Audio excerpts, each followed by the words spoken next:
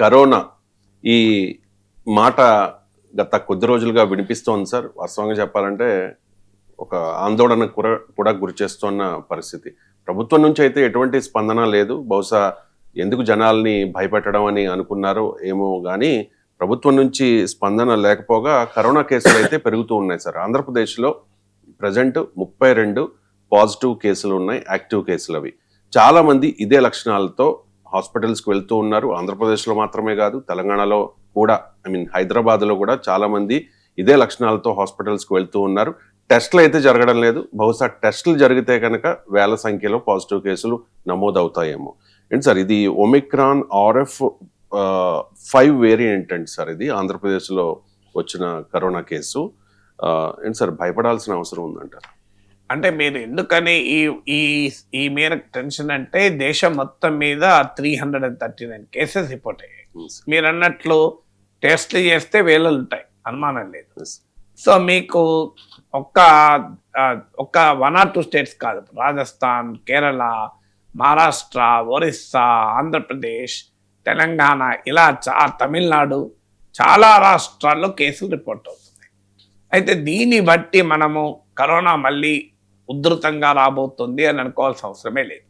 ఎందుకంటే వైరాలజీ అంటే వైరస్ను స్టడీ చేసేవారు, ఎపిడెమియాలజీ ఎపిడమిక్స్ స్టడీ చేసేవారు, ఎక్స్పర్ట్ చెప్పేది ఏంటంటే ఏదైనా ఒక వైరస్ చివరకు ఎండమిక్ దశకు చేరుకుంటుంది. ఎండమిక్ అంటే ప్రజల్లో దానికి కావాల్సిన రెసిస్టెన్స్ క్రియేట్ అయిపోతుంది మీకు ప్రజలందరికీ కూడా. అది వ్యాక్సినేషన్ వల్ల కావచ్చు, లేదా కరోనా సోకడం వల్ల కావచ్చు. సో ఒక్కసారి జనాభా మొత్తానికి ఈ వైరస్ అన్న సోకి లేదా వ్యాక్సినేషన్ ఇవ్వడం ద్వారా వాళ్ళలో ఒక ఇమ్యూనిటీ క్రియేట్ అవుతుంది. అప్పుడు ఇది ఒక ఎండమిక్ దశగా ఫీల్ అవుతాం. అంటే ఇక అప్పుడు ఏమవుతుంది, మరి ఎండమిక్ దశలో ఫీల్ అయినప్పుడు మళ్ళీ ఎందుకు కేసులు మొదలవుతాయంటే ఈ ఇమ్యూనిటీ రోజు రోజుకు తగ్గిపోతుంటుంది. మీకు ఉదాహరణకు 3 ఏళ్ల కింద కరోనా వచ్చింది, 3 ఏళ్ల కింద మీరు వ్యాక్సినేషన్ తీసుకున్నారు, 3 ఏళ్ళ అయ్యే వరకు ఆ ఇమ్యూనిటీ తగ్గిపోతుంది. రెండవది, వైరస్ నిరంతరం ఎవాల్వ్ అవుతూ ఉంటుంది. అంటే ఎండమిక్ దశలో కూడా వైరస్ సర్క్యులేట్ అవుతుంది, మ్యూటేట్ అవుతుందే ఉంటుంది. అంటే వైరస్ మొత్తానికే పోదు, వైరస్ సమాజంలో సర్క్యులేట్ అవుతుంటుంది. ప్రజలకు ఉండే ఎండమిక్ దశలో ప్రజలకు ఉండే ఇమ్యూనిటీ వల్ల ఆ వైరస్ ఎఫెక్ట్ కాకుండా ఉంటుంది.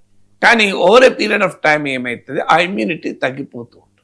మరోవైపు ఈ కరోనా కొత్తగా మ్యూటేట్ కూడా అవుతుంది. అంటే సర్క్యులేటే కాదు, మ్యూటేట్ అవుతూ ఉంటుంది. మ్యూటేట్ అయినప్పుడు కొత్త వేరియంట్స్ రూపొందుతూనే ఉంటాయి. ఈ 2 కారణాల వల్ల, న్యూ వేరియంట్స్ రావడం ఒకటి, ఇమ్యూనిటీ తగ్గడం, ఈ 2 కారణాల వల్ల ఆల్రెడీ ఎండమిక్ దశలో కూడా సమాజంలో కరోనా వైరస్ సర్క్యులేట్ అవుతూ ఉంటుంది కనుక ఇలా అడపాదడపా కేసులు పెరుగుతూనే ఉంటాయి. అయితే ఈ కేసులు ఇప్పటి వరకు ఎపిడెమాలజిస్ట్ చెప్పేది ఒక క్లస్టర్ లాగా పెరగడం లేదు. క్లస్టర్ అంటే ఓ ప్రాంతం మొత్తం 1000 కేసులు రిపోర్ట్ కాదు, దాన్ని క్లస్టర్స్ అంటారు. అలా కాకుండా ఇండివిజువల్ కేసెస్గా రిపోర్ట్ అవుతున్నాయి. నిజంగా నేను టెస్ట్ చేస్తే వేలలు ఉండవచ్చు, కానీ ఒకటి క్లస్టర్స్ లాగా రిపోర్ట్ కావడం లేదు. 2, ఇది సివియర్ ఇల్నెస్కి ఏమి అందరిలో దారితీరింది. ఆంధ్రప్రదేశ్లో కూడా 4 చనిపోయే వరకు భయమైంది. కానీ ఆంధ్రప్రదేశ్ ప్రభుత్వమే వివరణ ఇచ్చింది అంటే ఆ 4కి కూడా సీరియస్ హెల్త్ ప్రాబ్లమ్స్ ఉన్నాయని.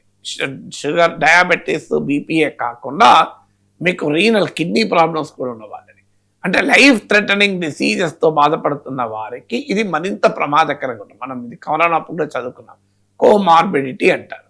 సో లైఫ్ థ్రెటనింగ్ కోమార్బిడిటీస్ ఉన్న వాళ్ళకు ఈ వైరస్ సోకినప్పుడు వాళ్ళలో ఆల్రెడీ ఇప్పుడు కిడ్నీ ప్రాబ్లమ్, సికేడి అంటారు, క్రానిక్ కిడ్నీ డిసీజ్, సికేడి పేషెంట్లకు ఇమ్యూనిటీ చాలా తగ్గిపోతుంది. సో అందువల్ల వెంటనే వైరస్ సోకడంతోనే వారికి అది ప్రాణాంతకమయ్యే అవకాశం ఉంటుంది. అందువల్ల ఇది ఎండమిక్ దశలో సహజంగా వచ్చే లోకల్ స్పైక్స్, అక్కడ స్థానికంగా వచ్చే కేసుల పెరుగుదలే తప్ప ఒక భారీ ప్రాంతంలో ఒక పెద్ద క్లస్టర్ లాగా మీకు అందరికీ కరోనా వచ్చినటువంటి పరిస్థితి అయితే లేదు. సో ఇది ఇక మనకు ఈ వేరియంట్ కూడా Omicron variant is not a new variant. మన గతంలో కోవిడ్ వచ్చిన సమయంలో వచ్చినటువంటి వేరియంట్, ఇది ర్యాపిడ్గా స్ప్రెడ్ అయ్యే వేరియంటే తప్ప భయంకరమైన డిసీజ్ కారణమయ్యే వేరియంట్ ఏం కాదు. ఇప్పుడు సబ్ గ్రూప్స్ కానీ మెయిన్ మదర్ గ్రూప్ ఒమిక్రానే. అందులో ఒమిక్రాన్తో మనకు అనుభవం కూడా ఉంది. అందువల్ల ఇప్పుడున్న దశలో భయపడాల్సింది కాదు, ఇది మళ్ళీ పాండమిక్ అవుతుంది అనుకోవాల్సిన అవసరం లేదు. ఇది ఒక వైరస్ ఎండమిక్ దశలో చేరుకున్నప్పుడు అడపాదడపా ఇలాంటి కేసులు ఫ్లూ లాగానే. ఇప్పుడు మనకు ఫ్లూ వస్తుంటుంది, ఇప్పటికి ప్రతి సీజన్లో ఫ్లూ వస్తుంది. అమెరికాలో అయితే విపరీతంగా వస్తుంది. మీకు ఈ ఫ్లూ ఇది కామన్ ప్రాబ్లం. సో ఇది ఒక ఫ్లూ లాగానే మనకు వస్తూ పోతుంటుంది. దీనికి పరిష్కారం ఏంటి? మీరు ఒకవేళ సిమ్టమ్స్ ఉంటే వీలైనంతగా ఐసోలేట్ కావడము, పక్క వానికి సోకకుండా జాగ్రత్త పడడము, 2 మాస్కులు పెట్టుకోవడము, హ్యాండ్ హైజీన్ మెయింటైన్ కావడము, టెస్టింగ్ చేయించుకుంటే కూడా ఏమొస్తుంది, చేసేది ఏమి లేదు కదా అని టెస్టింగ్ చేసుకుంటలేరు. So test, track, isolate and treat, ఇది 4 ప్రోటోకాల్స్. ఇది కూడా టెస్ట్ చేయడము, ట్రాక్ చేయడము, క్లస్టర్గా ఏమన్నా పెరుగుతుందా అని, అలాగే ఐసోలేట్ చేయడం పేషెంట్ను, తర్వాత ట్రీట్ చేయడం. ఇది మన వరకైతే మనము ఉన్నంతలో ఐసోలేట్ కావడము, సిమ్టమాటిక్ ట్రీట్మెంట్ తీసుకోవడము. అంటే దానికి వచ్చి ఇప్పుడు అందరికి ఏమొస్తున్నాయంటే జలుబు, దగ్గు, బాడీ పెయిన్స్, ఫీవరు ఇలాంటివే వస్తున్నాయి. మీకు వాటికి తగ్గట్టు సిమ్టమాటిక్ ట్రీట్మెంట్ తీసుకోవడము, మన కరోనా సమయంలో తీసుకున్న జాగ్రత్తలు తీసుకోవడం, ప్రభుత్వం వైపు నుంచి చేయడం ఏంటంటే టెస్టింగ్ పెంచడము, ట్రాకింగ్ చేయడము, క్లస్టర్స్ ఏమైనా ఏర్పడుతున్నాయా, అలాగే జెనోమిక్ ఎనాలిసిస్ చేయడము, జన్యుపరమైన విశ్లేషణ చేయడం, మరింత ప్రమాదకరమైన వేరియంట్లు ఏమైనా పుట్టుకొస్తున్నాయని. సో ఆ మేరకు ప్రభుత్వం చేయాల్సిన పని ఉంది. కానీ ఇప్పటికిప్పుడు ప్యానిక్ కావాల్సిన అవసరం అయితే లేదు.